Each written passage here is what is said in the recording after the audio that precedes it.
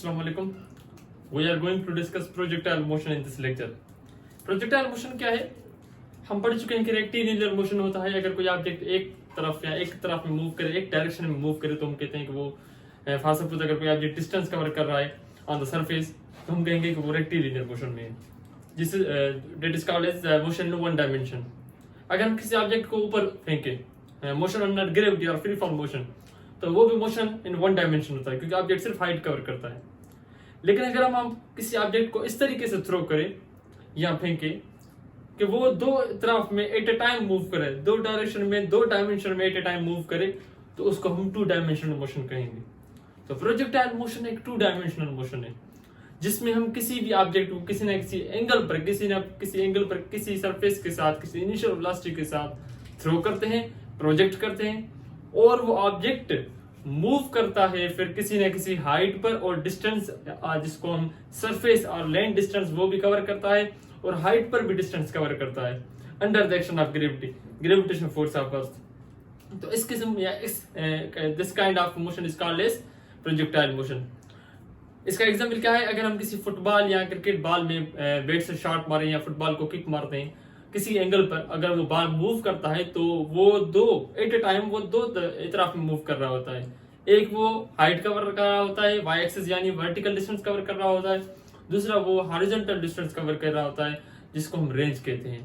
तो इसके बहुत सारे एग्जांपल्स हमारी लाइफ में होते हैं। हम दूसरी बहुत सारी चीजों को मूव करवाते हैं, जैसे कि हम मिसाइल्स को मूव करवाते हैं एक जगह से दूसरी जगह। अगर हम मिसाइल छोड़ना है तो हम उसको किसी न किसी एंगल पर छोड़ेंगे। हम देखेंगे कि वहां तक जहां तक हमारी उसकी जो लैंडिंग पॉइंट है, जहां तक हमारा टारगेट है, वहां तक उसका डिस्टेंस क्या है, कितनी हाइट पर हमें छोड़ना चाहिए, कितनी एंगल पर हमें छोड़ना चाहिए, कितनी वेलोसिटी देनी चाहिए, ये सारी चीजें हम अपने नजर में रखते हैं। तो प्रोजेक्टाइल मोशन को हम क्या कहते हैं, कैसे डिफाइन कर सकते हैं? प्रोजेक्टाइल मोशन एक तो it is type of two dimensional motion. इसमें ऑब्जेक्ट दो डायमेंशन एट ए टाइम दो डायमेंशन में मूव करता है। कितने डायमेंशन में? दो डायमेंशन में, दो तरफ में मूव करता है। और मैं इसको कैसे डिफाइन कर सकता हूं? An object from with an initial velocity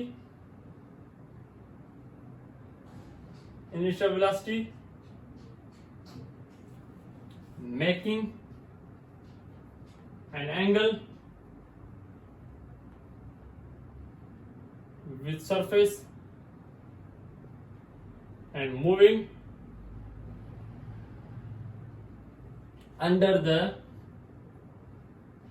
action of gravity is called projectile।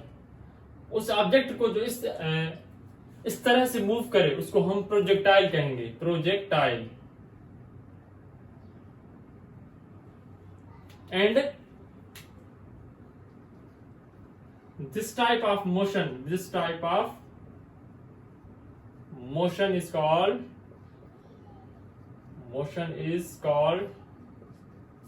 Projectile motion. इसका जो मोशन होगा उसको हम प्रोजेक्टाइल मोशन कहेंगे, प्रोजेक्टाइल मोशन। किस तरीके से हम समझ सकते हैं इसको?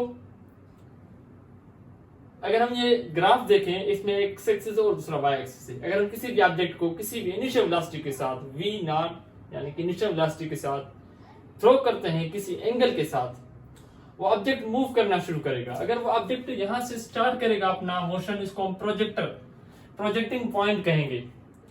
The point eight which the object is projected, ये एंगल है, ये इसकी इनिशियल वेलोसिटी होती है, जिसे वी नॉट कहते हैं। अब object at the same time दो तरफ में मूव कर रहा है, दो डायमेंशन मूव कर रहा है। एक एक्स एक्सिस है, दूसरा वाई एक्सिस है। तो उसके वेलोसिटी के दो कंपोनेंट हो जाएंगे। एक एक्स कंपोनेंट हो जाएगा जिसको हम वी नॉट एक्स कहेंगे, दूसरा वाई कंपोनेंट होगा जिसको हम वी नॉट वाई कहेंगे। ये ऑब्जेक्ट मूव करता रहेगा, मूव करने के बाद एक मैक्सिमम हाइट पर पहुंचेगा। उस मैक्सिमम हाइट पर ऑब्जेक्ट किसी न किसी मखसूस टाइम के लिए रुकता है। वहां पर इनिशियल वेलोसिटी दोनों ऑब्जेक्ट्स की v naught x v naught y होती है, लेकिन जहां पर पहुंचने के बाद ऑब्जेक्ट्स की जो वेलोसिटी का y कंपोनेंट है वो v नॉट से v हो जाता है, यानी फाइनल वेलोसिटी यूज किया जाती है, जिसको हम जीरो कंसीडर करते हैं, क्योंकि वहां पर ऑब्जेक्ट का मोशन कुछ टाइम के लिए, मखसूस टाइम के लिए, टाइम के बहुत से कम हिस्से के लिए रुक जाता है। इस पॉइंट को जिसमें वर्टिकल डिस्टेंस मैक्सिमम हो उसको हम हाइट कहते हैं, और the maximum height of the projectile. यहाँ पर final velocity of the y component यहाँ पर जीरो हो जाती है। x कंपोनेंट की बात करें तो प्रोजेक्टाइल मोशन में जो x कंपोनेंट होता है वेलोसिटी का, इनिशियल और फाइनल सेम होता है, क्योंकि ऑब्जेक्ट हर टाइम के इंटरवल में एक जितना उसका x कंपोनेंट वेलोसिटी में चेंज आती है, या एक जितना जो x कंपोनेंट है वो सेम होता है। इस वजह से हम initial velocity of x component and final velocity of x component को सेम कंसीडर करते हैं।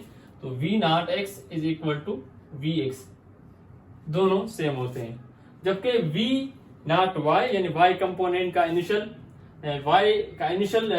Velocity of the y component and the final velocity of y component जो है वो डिफरेंट होती है।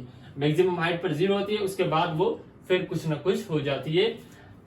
मैक्सिमम जो वेलोसिटी होती है वो इन लैंडिंग प्रोजेक्टिंग पॉइंट और लैंडिंग पॉइंट पर होती है, maximum velocity of the projectile. इस प्रोजेक्टाइल मोशन को समझने के लिए हमें कुछ चीजों को नजर में रखना चाहिए, जैसा कि अगर हम कंसीडर कर रहे हैं projectile motion on the surface of earth, तो हमें ये कंसीडर करना चाहिए कि इस अर्थ का जो सरफेस है वो फ्लैट है, अर्थ को हम फ्लैट कंसीडर करते हैं। इसके अलावा हम जो एयर के जो रेजिस्टेंट के जो इफेक्ट्स हो रहे हैं, एरोडायनामिक्स इफेक्ट, उनको निगलेक्ट करते हैं। और हम जी की जो वैल्यू है, क्योंकि ऑब्जेक्ट मूव करता है under the action of gravity, जो फोर्स मूव करवाती है उसको वो ग्रेविटेशनल फोर्स होती है, तो इस वजह से हम जी की जो वैल्यू है उसको कांस्टेंट कंसीडर करते हैं कि प्रोजेक्टाइल के मोशन के दौरान जी की वैल्यू कांस्टेंट होती है। तो ये 3 पॉइंट्स होती है जो हमें कंसीडर करनी चाहिए कि during projectile motion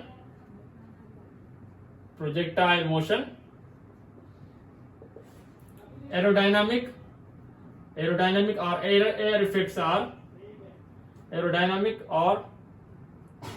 air effects are neglected, इनको हम नेग्लेक्ट करते हैं। फर्स्ट पॉइंट ये है।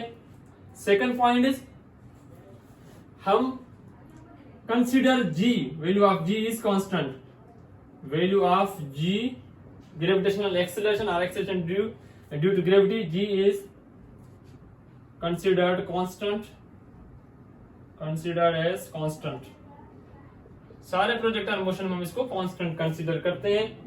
और इसके अलावा हम अर्थ इज assumed to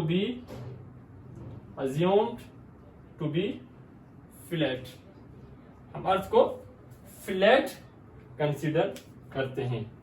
अब हम बात करें प्रोजेक्टाइल मोशन की, तो ये जो पाथ होता है, कोई भी जो प्रोजेक्टाइल ऑब्जेक्ट जो प्रोजेक्टाइल मोशन मूव करता है, ये जो पाथ फॉलो करता है, इस पाथ को हम प्रोजेक्टाइल के पाथ को हम ट्रेजेक्ट्री कहते हैं। ट्रेजेक्ट्री, इसको हम कहते हैं trajectory, path followed by a projectile is called trajectory, इसको हम कहते हैं trajectory. Remember that x component v naught x और वी एक्स, दोनों एक्स कंपोनेंट जो x component of the velocity की वेलोसिटी जो है इनिशियल और फाइनल, दोनों जो इसकी वेलोसिटीज होती है वो सेम होती है, कांस्टेंट होती है इन प्रोजेक्टाइल मोशन। देयरफॉर इसकी जो एक्सेलरेशन है, x component of the acceleration is zero, x component acceleration का जीरो हो जाएगा। वी नॉट एक्स और वी एक्स दोनों को हम वी एक्स एक्स कंपोनेंट किसी भी वेक्टर का हम cos थीटा शो करते हैं, तो ये हो जाएगा वी नॉट cos थीटा। अगर हम v की बात करें, वी नॉट y की बात करें, हम v naught y is equal to v naught sine theta. V naught is the initial velocity, और वी वाई, अगर हम वी वाई की बात करें, इसकी इक्वेशन बनाएं तो v y will be equal to v naught y minus और प्लस जी टी, हम ये कंसीडर करेंगे plus minus g t, equation for the y component of the velocity of projectile motion. ये v naught y is equal v naught sine theta and v y is equal v f is equal to v i plus a t होता है, यहाँ पर ए की जगह हमने जी रखा है, और v naught y is the initial component of velocity of the y component. और हम इसकी अगर एक्सेलरेशन देखें तो इसकी acceleration of the y component is equal to minus g. Y component की जो एक्सेलरेशन होती है वो माइनस जी होती है, जी की negative value, because object is moving upward. अगर डाउनवर्ड मूव करेगा तो प्लस जी कर देंगे इसको। तो एक्स कंपोनेंट की एक्सेलरेशन 0 होती है और वाई कंपोनेंट की एक्सेलरेशन माइनस जी होती है। अब हम ये देखते हैं कि ऑब्जेक्ट अगर मूव कर रहा है तो वो उसकी मैक्सिमम हाइट का फार्मूला क्या हो सकता है, रेंज क्या हो सकती है, रेंज है क्या, हाइट क्या है, और उसको टाइम कितना लग सकता है उस टोटल फ्लाइट के दौरान। तो हम इन चीजों को अब देखते हैं। अगर हम बात करें रेंज की, तो रेंज हम ऐसे डिफाइन करते हैं, ऑब्जेक्ट का हॉरिजॉन्टल डिस्टेंस जो है from the point of projecting to the point of landing is called as range. Object अगर प्रोजेक्टाइल मोशन में मूव कर रहा है तो वो वर्टिकल डिस्टेंस जो कवर करता है उसको हम हाइट कहते हैं। मैक्सिमम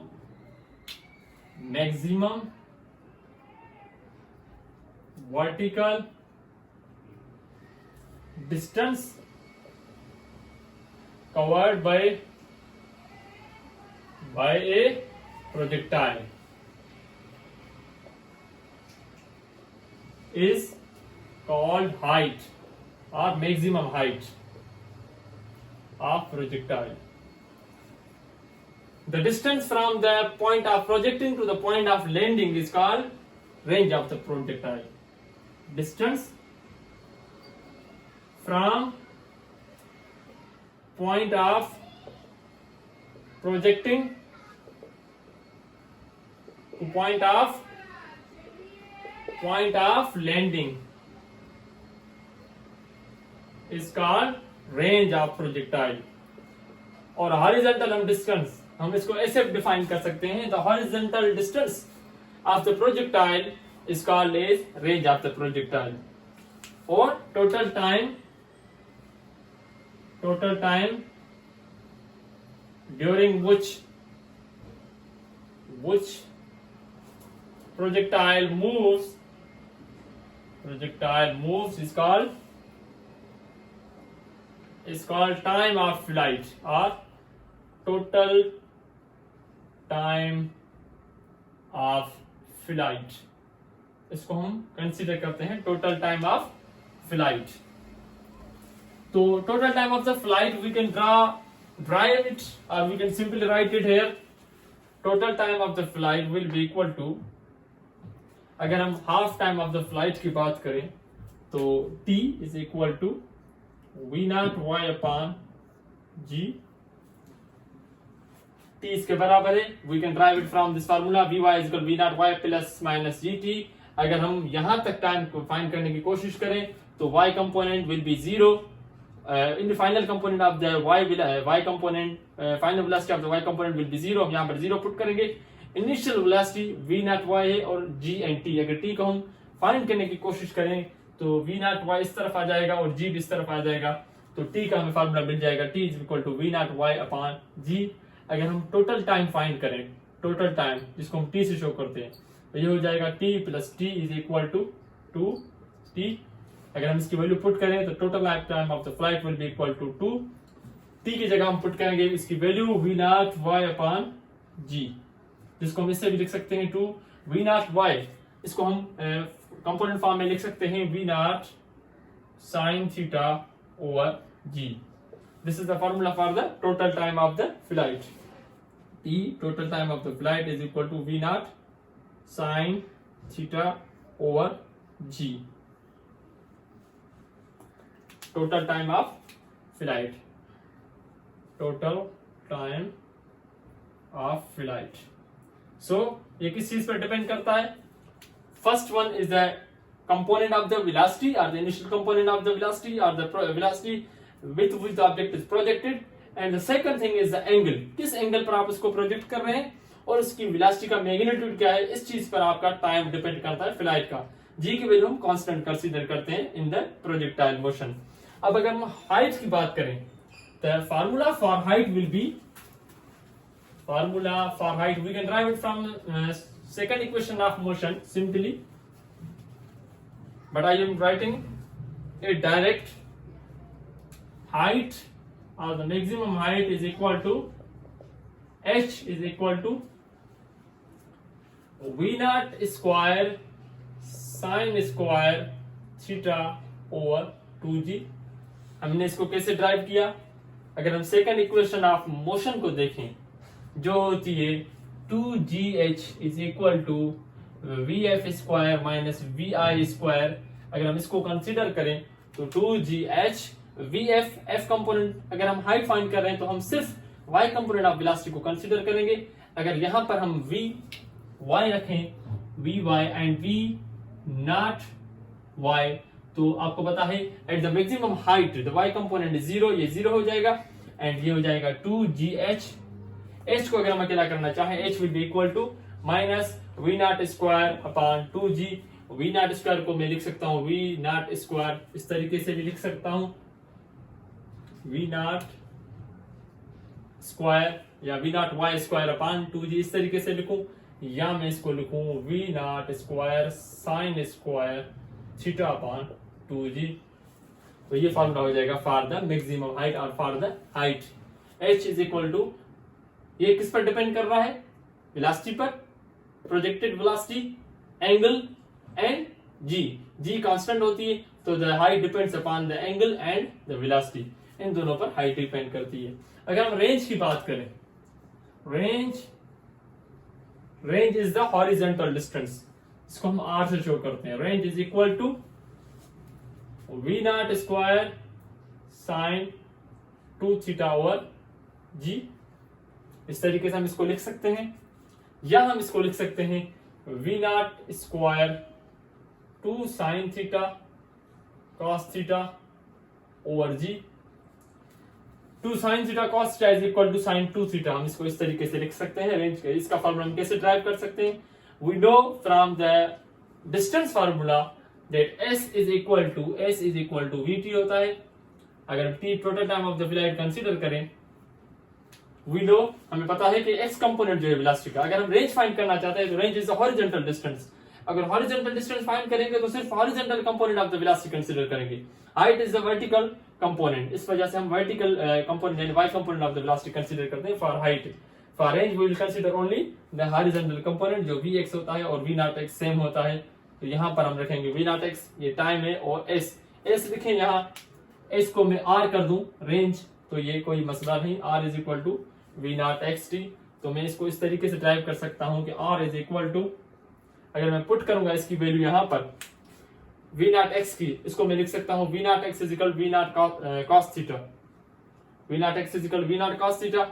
टाइम का फार्मूला मैंने यहाँ पर लिखा है 2 v naught sin theta over g। अगर मैं पुट करूंगा दोनों की वैल्यू तो v naught और v naught मल्टीप्लाई होकर v naught स्क्वायर हो जाएगा, और 2 यहाँ पर जो ये 2 ये और बचेगा sin थीटा और cos theta, 2 sin theta cos theta, और नीचे बचेगा g, टाइम वाला जो यहाँ पर g। तो फार्मूला हो जाएगा v naught square 2 sin theta cos theta over g। इसको इस तरीके से लिखें, इसकी जगह पर हम sin 2 थीटा जो ये फार्मूला है ये पुट करें, तो ये हो जाएगा r equal v naught square sin 2 theta over g।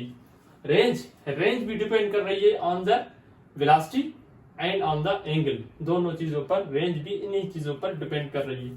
तो हमारे ये 3 फार्मूले हो गए for height, for range and for the total time of the projectile. Range, height और प्रोजेक्टाइल के टाइम के लिए हमारे ये 3 फार्मूले हो गए। अब हम देखेंगे किस पॉइंट पर हाइट जो है वो मैक्सिमम होती है, किस पॉइंट पर रेंज मैक्सिमम होती है, और टाइम पर कैसे डिपेंड करती है। तो अगर हम हाइट की बात करें, अगर ऑब्जेक्ट यहाँ पर जो एंगल हमने रखी है साइन, वो साइन की रखी है, साइन की 0 डिग्री पर वैल्यू 0 होती है। अगर आप किसी भी ऑब्जेक्ट को 0 डिग्री पर अगर आप इसको प्रोजेक्ट करेंगे, उसका मतलब आप सिर्फ उसको लिए रेक्टिलिनियर मोशन में मूव करवा रहे हैं, that is the case of 1 dimension motion, तो वो 1 डायमेंशनल मोशन हो जाएगा। तो हम एंगल 0 नहीं पुट कर सकते, 0 नहीं पुट कर सकते। अगर हम 90 एंगल की बात करें, sin 90 इज इक्वल टू 1, अगर आप किसी भी ऑब्जेक्ट को 90 डिग्री एंगल पर मूव करवाएंगे तो वो वर्टिकल मोशन में आ जाएगा, जिसको हम फ्री फॉर्म मोशन कहते हैं। ये भी 1 डायमेंशनल मोशन है, जिसमें ऑब्जेक्ट सिर्फ एक की तरफ में, सिर्फ एक डायरेक्शन में मूव कर रहा होता है। This is also not the projectile motion, क्योंकि ये 2 डायमेंशनल मोशन नहीं है। एंगल 0 और 90 इन दोनों के अलावा और कोई होनी चाहिए, तब हम कहेंगे कि object is in projectile motion. तो for the height and for the range, अगर हम आपस का इन दोनों का रिलेशन देखें तो रेंज मैक्सिमम होती है किस एंगल पर, ये हमें इस फार्मूले से पता चल सकता है, v naught square sine 2 theta over g. अगर साइन का जो रेशियो है, साइन की जो एंगल है, अगर इसकी वैल्यू में 1 मिल जाए तो हमें रेंज मैक्सिमम मिल जाएगी, क्योंकि 1 is the maximum value of the sine. इसके अलावा साइन की मिनिमम वैल्यू 0 होती है, 0.5 होती है। तो हम यहां पर अगर 1 पुट करें, sine 2 theta is equal to 1, तो हमें ये मिल जाएगी मैक्सिमम रेंज। तो हमें पता है कि साइन 2 थीटा, अगर साइन 2 थीटा पुट करें इज इक्वल टू 1, तो साइन इनवर्स हो जाएगा 2 theta is equal to sine inverse 1 हो जाएगा। साइन इनवर्स 1 अगर आप फाइंड करेंगे तो 1 वैल्यू साइन की जो होती है वो 90 डिग्री पर होती है, 2 theta is equal to 90 degree, तो ये हमें 90 डिग्री मिल जाएगा। थीटा अगर हम फाइंड करेंगे तो 90 को 2 से डिवाइड करेंगे तो ये 45 हो जाएगा। It means if angle is 45 degree, 45 degree अगर एंगल होगी तो हमें रेंज की वैल्यू जो है वो मैक्सिमम मिलेगी 845। 90 पर मैक्सिमम नहीं होगी, 0 पर मैक्सिमम नहीं होगी, the range will be maximum at 45 degree. अगर हम मैक्सिमम रेंज का फार्मूला हो जाएगा R maximum is equal to v naught square over g. अगर हम साइन 2 थीटा की जगह पे 1 पुट करेंगे तो हमें ये मैक्सिमम रेंज मिल जाएगी। जो एंगल अगर 45 है और if theta is equal to 45, तो maximum range only depends upon the magnitude of the velocity के मैग्नीट्यूड पर डिपेंड करेगी। अगर हम बात करें कि कौन सी पॉइंट्स होती है, वो 2 पॉइंट्स जिन पर हमें सेम रेंज मिलेगी। तो अगर लैंडिंग पॉइंट सेम है किसी भी ऑब्जेक्ट के लिए, 2 ऑब्जेक्ट्स अगर मूव कर रहे हैं, उनकी जो एंगल्स है वो सेम है और उनका सम जो है वो 90 डिग्री होता है दोनों एंगल्स का। फॉर सपोज एक एंगल 30 है, दूसरी 60 है, एक 45 है, दूसरी 45 है, एक 75 है, दूसरी 15 है, या एक 25 है, दूसरी 65 है। अगर हम दो एंगल्स को मिलाएं, उनका सम 90 हो रहा है, कॉम्प्लीमेंट्री एंगल्स हैं, तो उनके जो रेंज होती है वो सेम होती है। अगर theta 1 plus theta 2 is equal to 90 degree, तो दोनों एंगल्स के लिए जो भी होंगी वो उनकी रेंज जो है सेम होगी, रेंज विल बी सेम, दोनों के लिए रेंज सेम होगी। अगर 25 पर हम एक ऑब्जेक्ट को थ्रो कर रहे हैं और उसके बाद 65 पर थ्रो करें तो रेंज की जो वैल्यू है वो हमें सेम मिलेगी। ठीक है। इसके अलावा अगर हम रेंज और हाइट का रेशियो देखें तो कौन सी एंगल होती है जिस पर रेंज और हाइट दोनों की वैल्यू हमें सेम मिलती है, तो वो एंगल होती है 76 degree. Theta is equal to 76 degree at this angle height and range are same, are equal. दोनों का मैग्नीट्यूड क्या होता है, इस एंगल पर इनका इक्वल होता है। इसका फॉर्मूला हो सकता है r tan theta is equal to 4h। This is the formula कि r range tan theta is equal to 4h और tan theta is equal to 4h upon range. ये एक रेशियो का फार्मूला, एंगल का formula मिल सकता है जो इन दोनों का रिलेशन शो कर सकता है कि रेंज और हाइट का रिलेशन ये है। अगर आप एंगल एक पुट करते हैं तो आपको रेंज उस एंगल पर क्या मिलेगी और हाइट क्या मिलेगी। This is the formula to find out this. तो हमें मैक्सिमम रेंज मिलती है 45 डिग्री पर एंड 76 डिग्री, दोनों रेंज और हाइट सेम होती है। तो ये प्रोजेक्टाइल मोशन के बारे में था। ये प्रोजेक्टाइल मोशन यानी इसके एप्लीकेशंस को हम इस्तेमाल करते हैं हमने कॉमन लाइफ में बहुत सारी चीजों पर। तो this was all about projectile motion.